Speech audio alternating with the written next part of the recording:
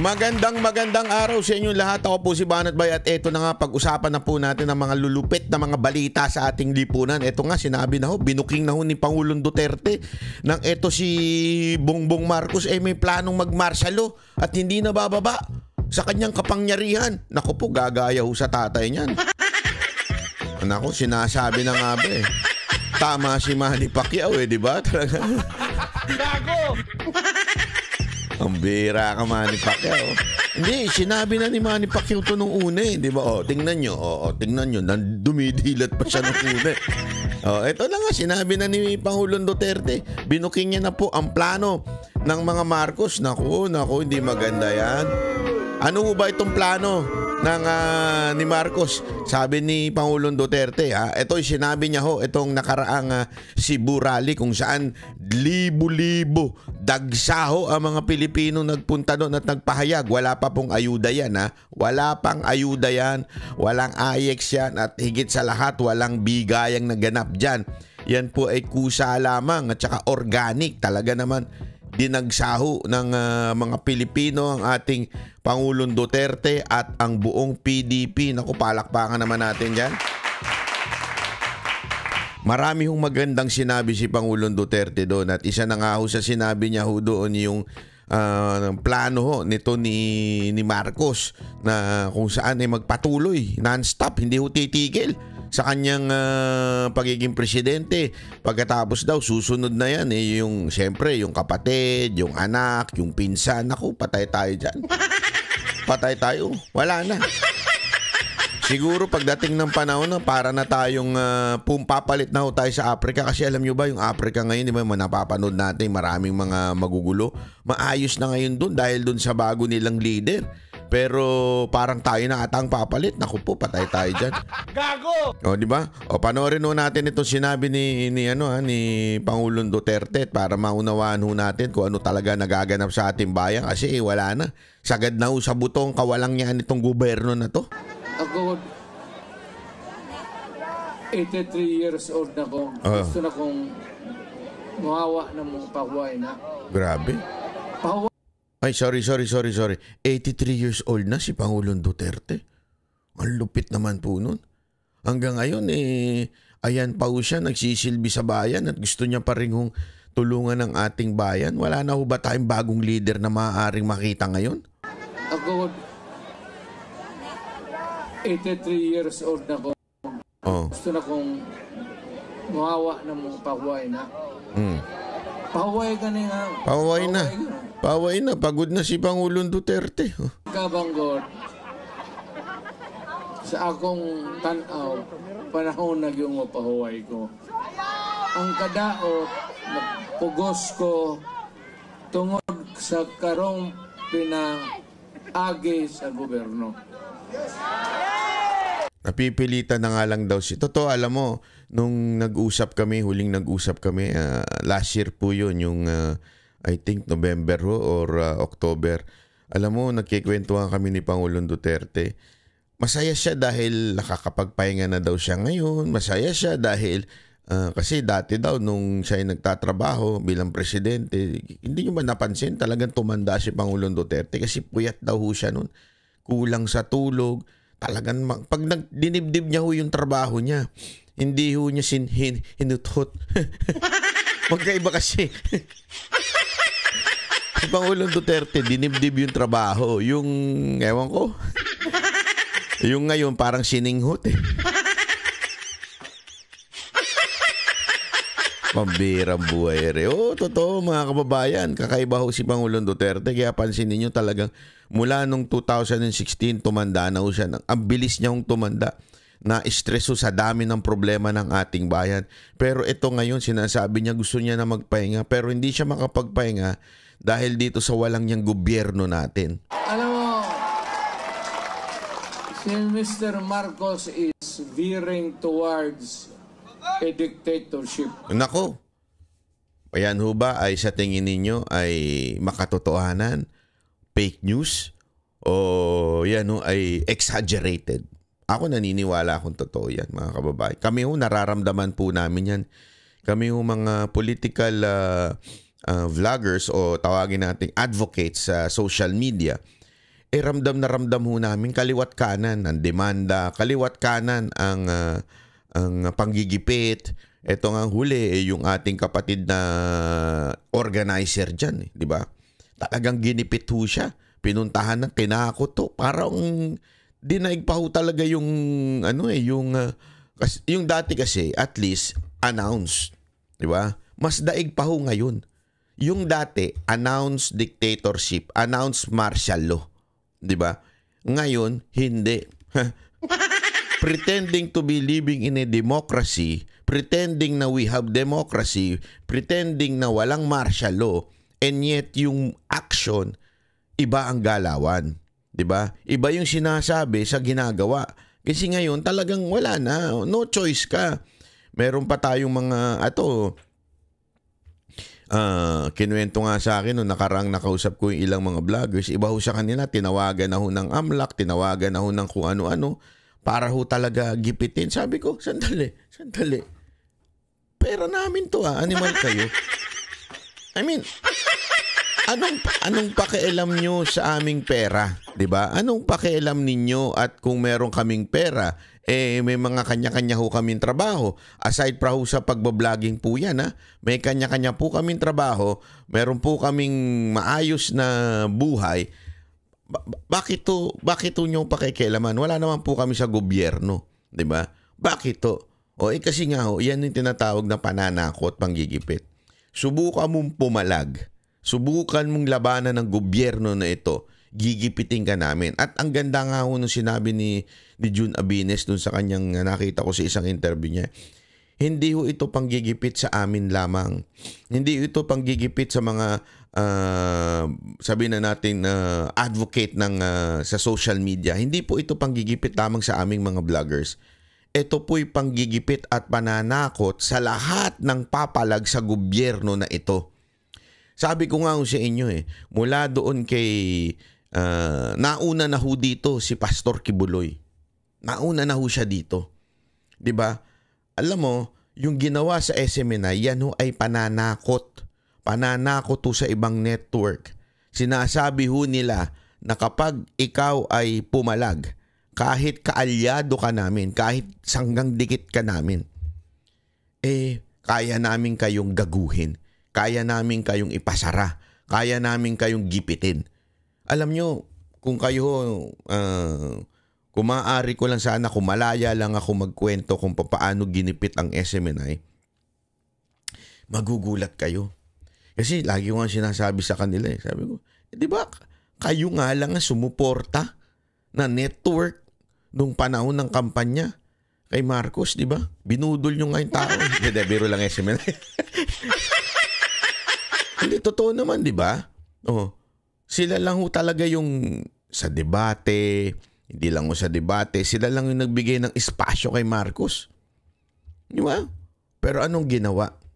Kasi nga, alam ho nila na si Pastor Kibuloy and ang buong SMNI ay sumusuporta sa mga Duterte.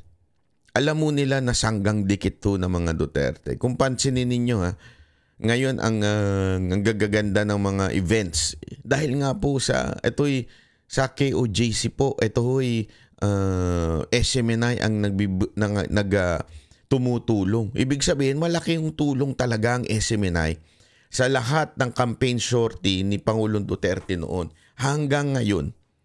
Kaya nga ho, nakita ho nila yung bagay na yun, kaya ginigipit ho nila. Tapos ito nga ang mga nakaraan, di ba, hinak po yung account. Kaya mga kababayan, habang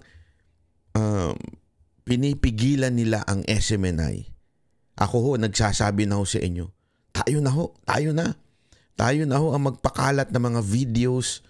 Kasi hindi ho yan hindi ho yan ipapakita ng mainstream media. Kung tingnan nyo ho itong isang mainstream media na ito, ang pinapakita lamang po ay yung speech na kung saan may banat si Pangulong Duterte. Pero yung sabihin ba nilang dagsa-dagsa, libo-libo pumunta? Pag may event ang mga tolongges na mga pro-impeachment, grabe ho nila puntahan, ibalita, kaliwat kanan ng balita kahit walang tao. Di ba? Totoo naman Pero yung mga ganito, hindi ho nila ibabalita ho ito kahit punong-punuan tao. Ang ibabalita na lang nila kung ano yung magandang ipaumpog sa Marcos para may balita ho sila. At ito nga ho yun, yung sinasabi ni Pangulong Duterte na kung saan talaga namang may dictatorship nang nagaganap ngayon. Ako, naranasan ko. Never ko naranasan sa buhay ko yung ganito na maging aware ka sa paligid mo. Anytime pwede kang dukutin, maging aware ka, baka mamaya may mangyari sa'yo. Alam mo yun? Tapos tinatawanan nga ako dati nila Dada kasi napapraning daw ako. Tapos sabi ko ngayon, praning pa ba ako? Hindi, totoo. Ngayon si Dada, minsan pinupuntahan sa istasyon. Walang biro, may mga nagtatanong. Yung biglang magtatanong, dito ba yung SMNI? Dito ba yung Banateros? Tapos biglang pag wala pa kami, biglang sisibat yung nakamotor. Yung mga ganun ho ba? Naintindihan yung ibig ko sabihin, mga kababayan. Ito'y, di natin masasabing ito'y merong planong masama sa amin. Pero gayon pa man, ito po'y pananakot to. Pananakot to sa mga Pilipino nagsasalita. Kaya nga mga kababayan, kami po'y isang tao lamang o maaring sabihin na natin yung buong vloggers, 40 lang yun. Walang magagawa yun kung hindi ho kayo mag-share, magla-like o kaya ay magsasalita din. Lalong-lalo na kayong mga OFW. Anyway, hindi naman kayo kayang puntahan dyan. I-share ho natin sa mga kababayan natin sa Pilipinas yung mga videos na mga katulad ho nito. Mopusta ko sa inyo, dili na manaog pagkahuman sa iyang termino. Nako, dili na manaog. Ibig sabihin, di na bababa. Parang baligtad sa Tagalog. Panik panaog. Tama. Nalito na rin ako Hindi, totoo. Ayan, sinasabi ni Pangulong Duterte, hindi na daw bababa pag natapos ang kanyang termino. Yan ang gagawin daw ni Marcos. Binuking niya na. Naku po, patay tayo dyan. Ito mga kababayan, tandaan nyo. Ito si Pangulong Duterte.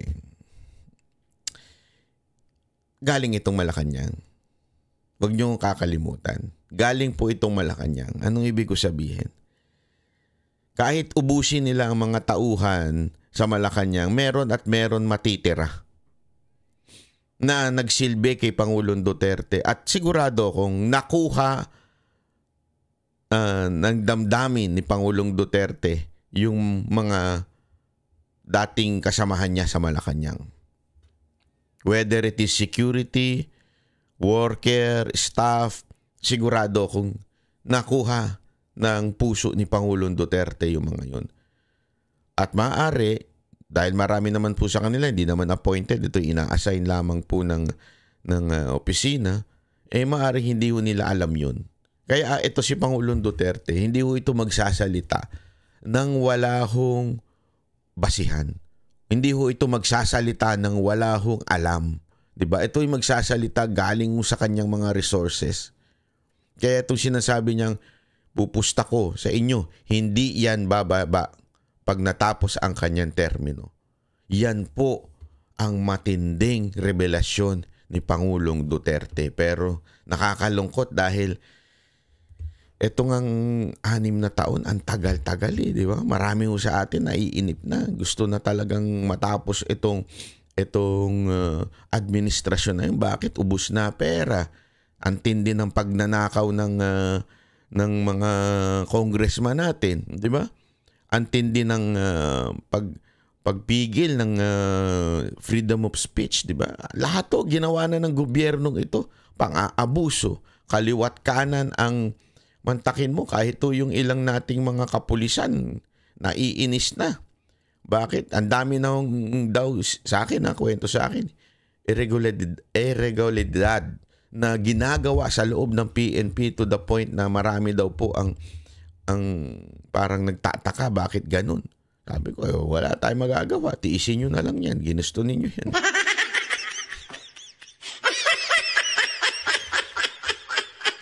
Kaya nga, tawan-tawa ako. Meron akong pinost sa social media ko yung post doon na nung 2022. Diba? May post yung isang doon. heart para kay ganito, kay Marcos. Ganito, like para kay ganito. Tapos nakita ko. Tapos, nung tinignan ko, ang dami nag-heart nun kay Marcos. Kung sinong gusto nilang presidente, di ba? Tapos, nung pagtingin ko, tinignan ko, sino kaya ito? Ang unang lalabas doon sa mga emoticon na yun ay yung mga kaibigan mo. Kung ano yung kanilang pinindot. Tawan-tawa ako doon sa mga kaibigan kong pumindot na nag-Marcos. Na ngayon, nagwawarla na. Oh. Sa loob-loob ko, pambira kayo. Dinamay nyo pa kami. Ayan tuloy, lahat tayo napahamak. Pero ito ay wala ho namang sisihan. Hindi ho na tayo naninisi dito. Ang sinasabi ko lamang po mga kababayan, nangyari na ang dapat mangyari. Ngayon, natatagalan na tayo sobra. Wala pa hong kalahati nung last year, natatagalan na ho tayo sobra, di ba? Ngayon pa lang parating yung kalahati, grabe ho, ang tagal-tagal na. Kasi nga ho, nabudol ho tayo ng gobyernong ito. Nabudol ho tayo ni Marcos, di ba? Yan ho ang ating sinasabi. Bawi na lang ho tayo, mga kababayan. Again, sinasabi ko nga sa inyo, kami ho yung lang yung boses namin, hindi naman ganun kalakas. Kung hindi kayo magla-like, mag-share, kung hindi nyo ihahatid dito sa taong bayan, sayang ho ang aming pagbablog. Kung kami ho ay pinipigilan na ngayon, mas lalo pa nating paigtingin, mas lalo pa po nating painitin yung pagiging aktibo natin sa social media na i-share yung mga videos. Maraming salamat po sa mga nagme-message at matagal na daw subscriber na nanonood. Ipagpatuloy lamang po natin ito, ipasaw natin sa mga kababayan natin. Ako ngayon pag may nakakausap ako, hindi ito walang biro ito Ako yung nangangampanya ng simple lang. Alam mo, may mga kaibigan ka na walang alam sa politika. Hindi nila alam kung ano yung nangyayari. Ikikwento ko ngayon sa kanila. Tapos sasabihin ko sa kanila, baka naman sa eleksyon ito yung sanang iboto natin, yung straight PDP. Diba? Straight PDP tayo, iboto natin ito para ho kasi sa bayan natin, para maayos na. Kasi dalawang tanong lang naman po ito Simpleng-simple. Mas maayos ba ang buhay mo ngayon pagdating sa paggastos, pagkain, bilihin? Kung mas maayos, sige, boto mo si Marcos. Pangalawa, boto mo yung senador niya. Diba? Pangalawa, kung mas feel safe ka ngayon, iboto mo uli yung mga senador niya. Diba? Pero kung yung dalawang tanong na yan, ang sagot mo ay hindi. Mas malala ngayon, mas mahal ang bilihin ngayon, mas matindi ang gastusin ngayon, mas mahirap ang buhay ngayon. Tapos pangalawa, mas magulo ngayon, mas dangerous ngayon. Aba mga kababayan, kung yung dalawang simpleng tanong na yan, yan ay nagpapahiwatig lamang ng iboto mo na, ibahin mo na ang boto mo. Ibalik na natin yung dati. Diba? Ibalik na natin yung nag-ayos dito sa dalawang bagay na to. Diba ho? Kaya sinasabi ko sa kanila, mga kababayan, straight tayo PDP straight natin ito para talaga maibalik ho natin ang Pangulong Duterte. Kasi pag hindi ho natin in-straight to, sinasabi nga ho, paulit-ulit yun sa speech, siguradong tatanggalin si VP Sara Duterte. Nung mga senador na uupo, yung mga mananalo, siyempre, may utang na loob sila kay Marcos May utang na loob sila kay Marcos. Lahat ng resources sa kampanya nila galing kay Marcos. Isang sabi lang ni Marcos, tanggalin na yan. O isang sabi lang ni Romualdez, tanggalin na yan si Sara Duterte. Tanggal yan.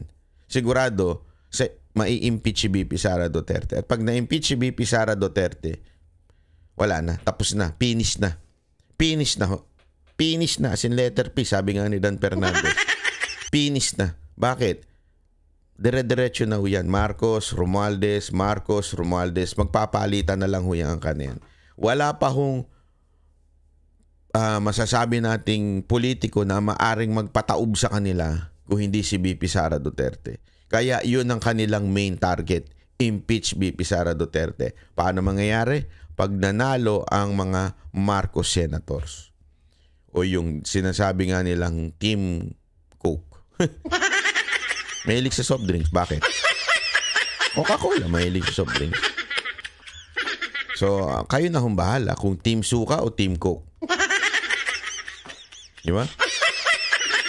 Kung gusto nyong may balik ang mga Duterte para maayos uli ang bayan natin, ano na tayo? Talagang straight PDP na ho tayo. Wag na ho tayong bibitaw. Lahat to, iboto na natin. Di ba? Yun lang ho yun. Pareha na sa iyang tatay magkagobot na punta.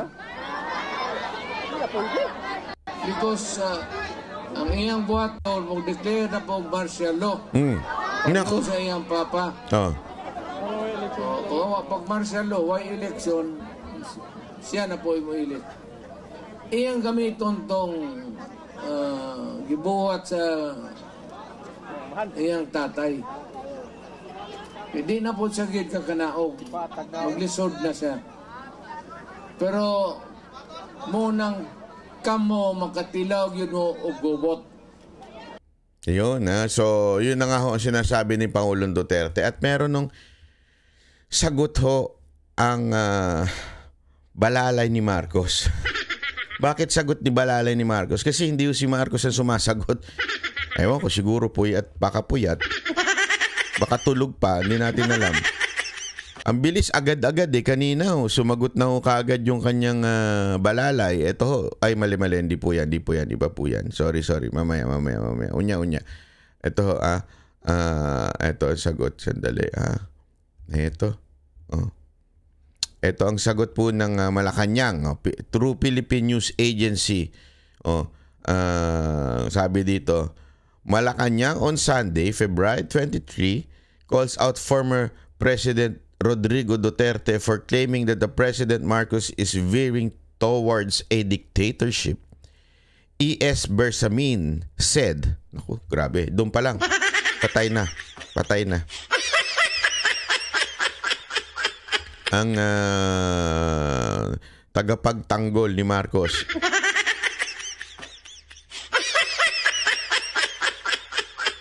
Natutulog siguro pa, baka puyat kayo naman Saturday kagabi, syempre party. Sabi dito, the administration will continue to uphold Constitution and adhere to the rule of law. Naku po, kalokohan yan. Ngayon nga lang rule of law. Halimbawa, yung ginagawa sa mga vloggers, rule of law. Yung ginawa sa KOJC, rule of law. Ano to, lokohan? Niloloko nyo kami Di ba? Hindi naman po rule of law yan. Paano naging rule of law yan? Di ba? Yung ginawa nyo kay Pastor Kibuloy, rule of law. Alam nyo yan. Wag na tayo magpaikot-ikot. Tablado lahat ng witness na inilagay ninyo doon. Wala, sabit talaga ho. Sabit. As in, kung pwede ko lang i-discuss dito, naku po, matatawa ho kayo. Sabihin nyo, paano nangyari yan? Dapat makulong yan. Ganun na masasabi ninyo. Di ba ho? Dapat makulong yung witness. Maniwala ho kayo sa akin. Mali-mali ho talaga. Tapos sasabihin nilang, adhere to the rule of law. Ay, kalokohan po. Hindi ho totoo yan. Maniwala kayo sa akin. Sabi ni Bersamin, we treat the former president baseless, ridiculous statement the same way that Filipino are dismissive of them. Wow. Dismissive ang mga Pilipino sa sinasabi ni Duterte. A tall tale from a man prone to lying and to inventing hoaxes. Wow. Wow. Dati todo sip-sip ninyo. Wow, dati todo-todo ang ininyong pag-admire kay Pangulong Duterte. Ngayon, lying na at saka inventing hoaxes na. Anong inimbento niya? Sige nga ho, kayo nga ho. Yung nako, hindi to, yung walang imbento dyan. May proof po si Pangulong Duterte dyan. Napakarami hong nagsasabi. Panahon pa lang daw nung mayor. Kinikwento sa akin to ni Pangulong Duterte. Panahon pa lang daw na mayor si Pangulong Duterte nagpupunta na sila doon sa dagat, doon sila Ewan ko. Oo, kinikwento niya ho yan. Kaya alam niya ho yan. The hoax is another budol emerging from one-man fake news factory. Wow, ikaw po ang sir, kayo po ang budol. Wag na ho tayo maglokohan.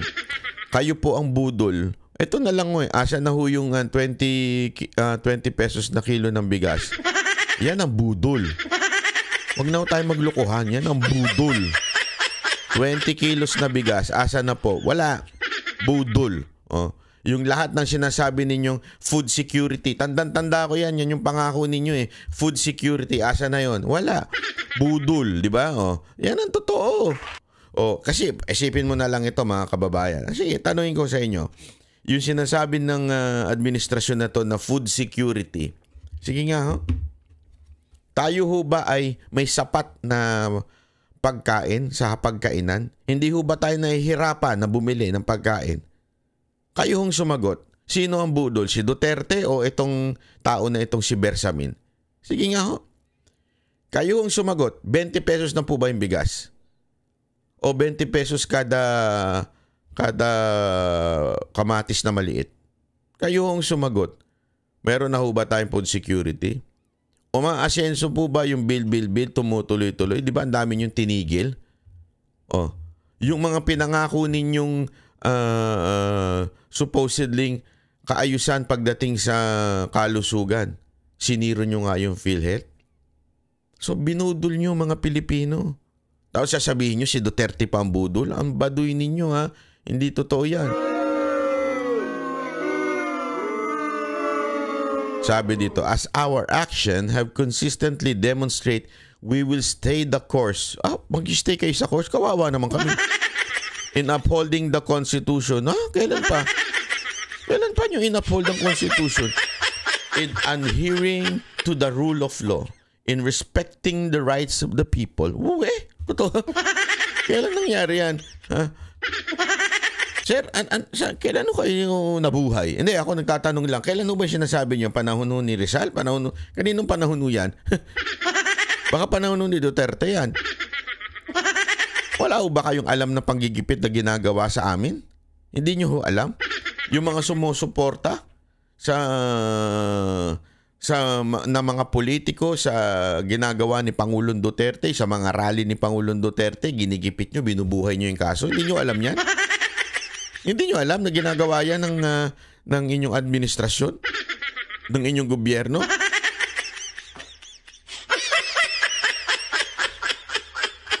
Kung si Marcos puyat, kayo po, ano nangyari? Kaya tutulog pa. Pareho lang yun eh.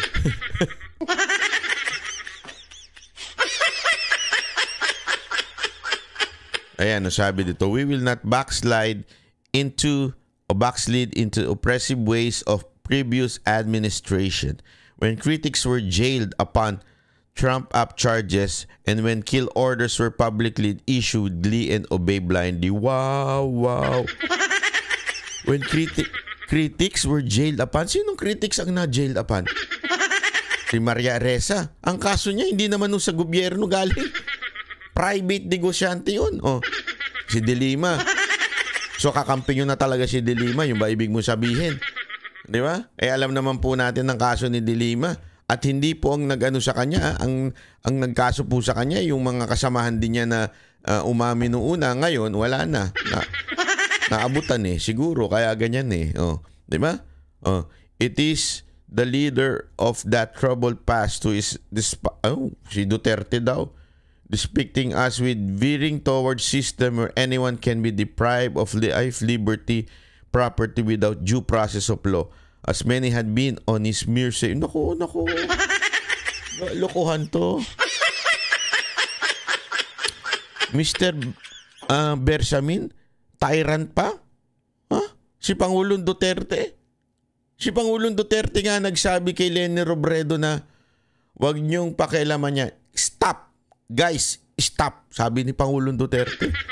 Itigil nyo yan. Stop, di ba? Huwag nyo ipa-impeach yan. Siya pa ngayon ng tyrant. Siya nga yung, isipin nyo if there is one person na sobrang nagkikriticize nung panahon ni Pangulong Duterte, walang iba kung hindi si Leni Robredo. Ipinakulong ba? Ipina-impeach ba?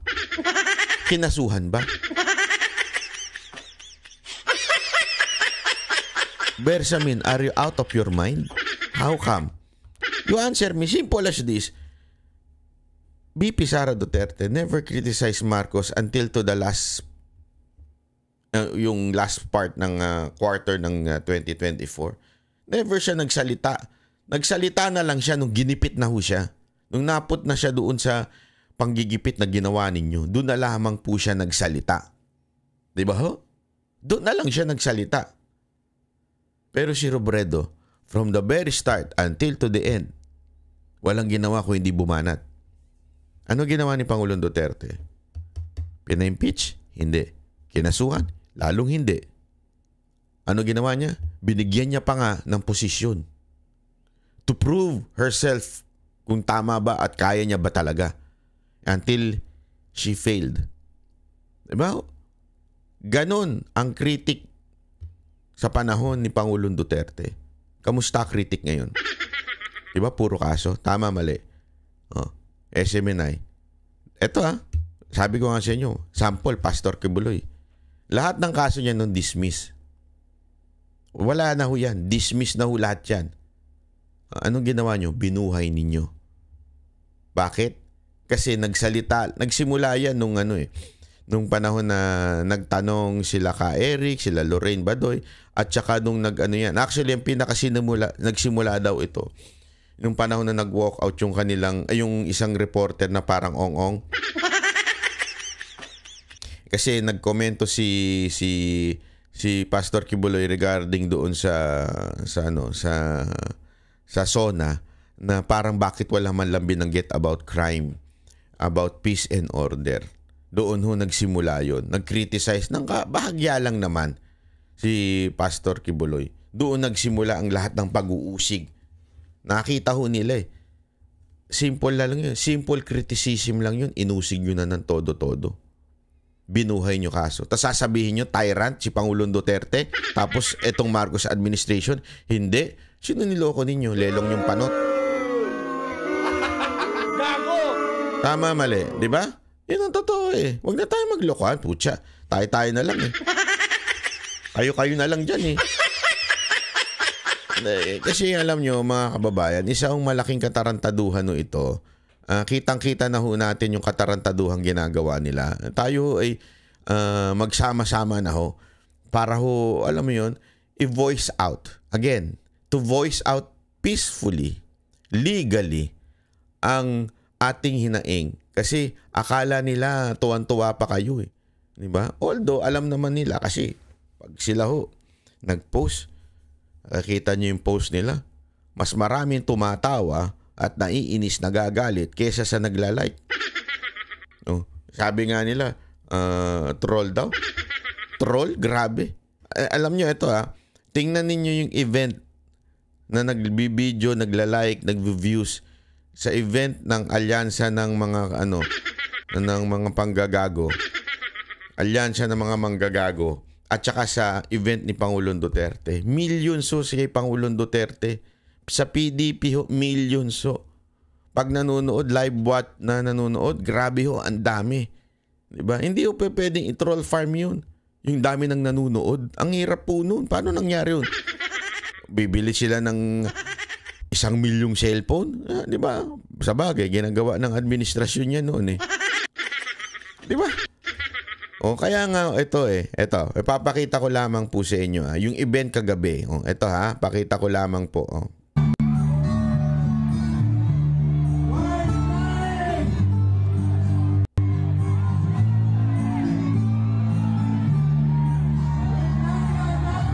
Wala mahal na mahal talaga si Duterte Nang asar ka pa talaga no?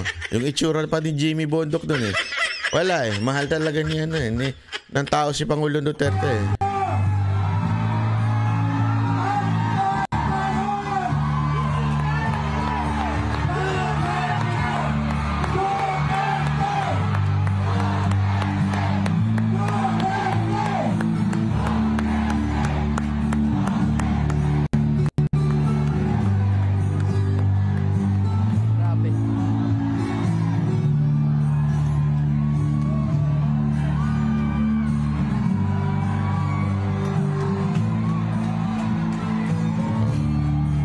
ganyan kadami Talaga.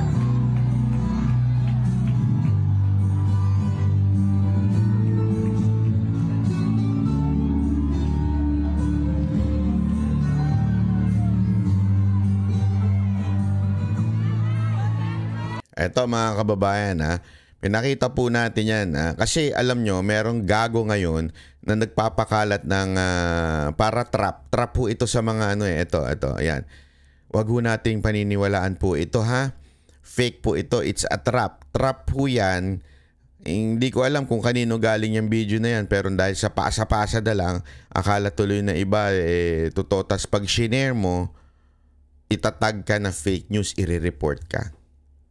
I-report yung page mo, i-report. Baka nga ipatawag ka pa kung vlogger ka at sabihin sa'yo, bakit mo ipinost yan? Okay? Bakit mo sinabi yan? Bakit mo ginanyan yan? Alam mo nang... Kaya sinasabi ko na po sa inyo kasi may nag-claim na po niyan. Sinabi ho ng isa hong... sandali at. Ito daw po ay isang event. Event po daw ito sa Cebu noong... Ito, sabi nila. Event po ito ng Planet Shakers concert sa Cebu noong February 23, 2024. Hindi po daw yan yung totoo. Kaya nga ako, feeling ko, sinadya ito. Merong gago, alam mo naman meron silang meron silang troll farm. Inamin naman nila yun Sinadya nila ito ilabas para mabiktima yung mga Duterte supporter at i-share. Tapos pag i-share yan, ang mangyayari ho dyan, sigurado hong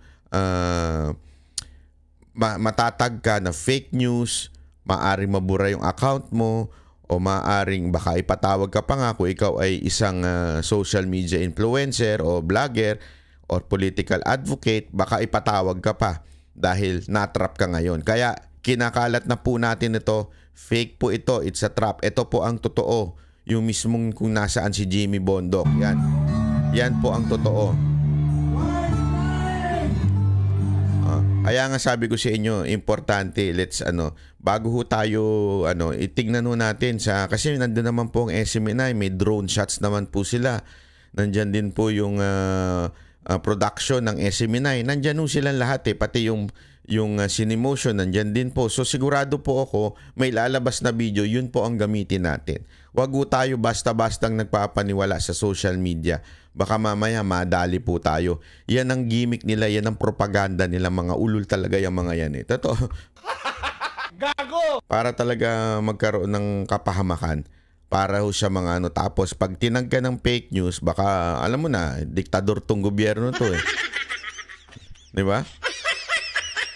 So, ingat po tayo mga kababayan ha. Ito po muna si Banat Bay. Hanggang dito na lang po muna tayo. Update. Okay? Salamat po. God bless everyone.